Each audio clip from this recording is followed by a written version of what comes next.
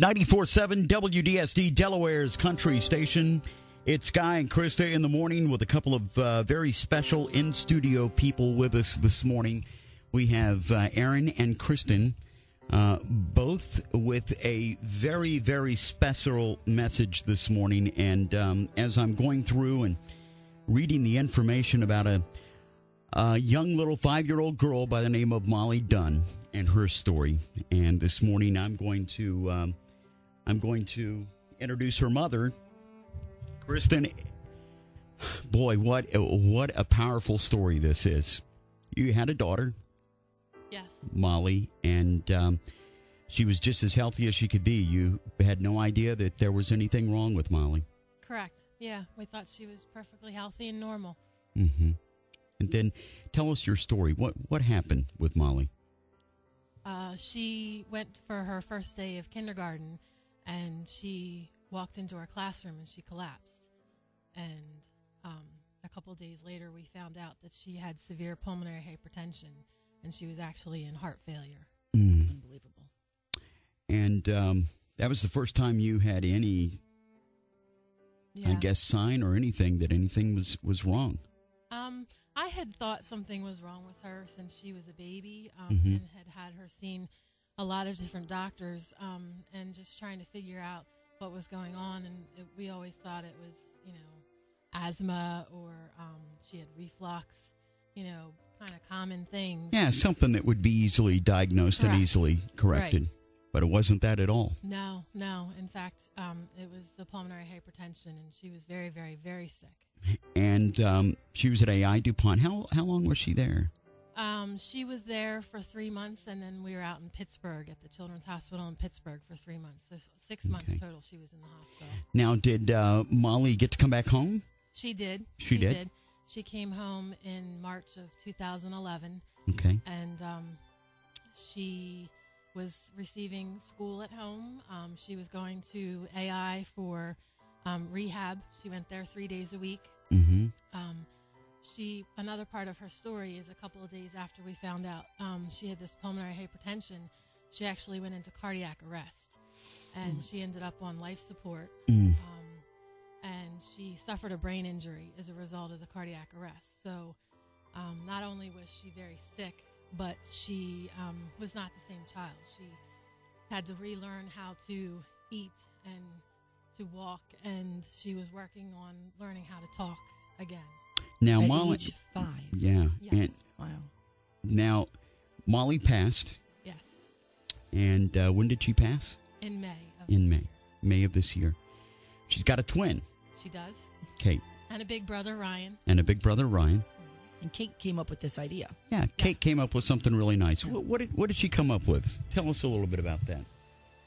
Well, Kate, Molly, and Ryan, in the time that Molly was at the hospital, were all the recipients of some gifts and crafts and all kinds of goodies. The Child Life Department there helps children that are in the hospital to keep them occupied if they're sitting in a hospital bed, to help them learn about the condition that they may have. And they were really good to my children. They helped out a lot, and they all three received gifts and toys and different things from Child Life. And last year, Kate wanted to make sure that all kids at the hospital get to have a good Christmas and get all these goodies that they had gotten. So she came up with the idea to collect toys for the kids in the hospital. And how many toys did you collect? About 500. Wow. And that was last year, right? That was last year. And that was the first year. It was the first of year. doing Yes. Miracles for Molly. Yes. So now Miracles for Molly is in its second year, and you're collecting again this year, right? Yes, we are. Now, where can people drop off these toys? They can drop toys off to the Hockessin Athletic Club, or else to Epic Chiropractic, which is in Stony Creek Plaza in Pike Creek. Okay. Now these, let me introduce. This is Aaron, and Aaron, I guess you're working with Kristen and helping out with this here, and of course your child went to school with Molly, right? Well, Molly received homebound instruction that was guided by a teacher at Heritage Elementary School, Melissa Denny, and my daughter was also in Melissa Denny's class at the same time. Okay, so they had a lot in in common there. And you guys helped put this together. And this year, again, you're collecting toys. Now, how are the toys distributed? Do you take them on Christmas Eve, or what do you do with the toys? Where do the toys go? The toys are going to go to AI on December 21st. We're going to give them to the child life specialists there, and they are going to distribute them. We're not going to designate them for any particular children. The toys should be new and unwrapped. They can be for any ages. They have a wish list, which you can find online at AI DuPont, or also you can we'll link it to our Facebook page, Miracles for Molly. You can look us up. They are looking for toys that are washable, so preferably not soft toys with cloth on them.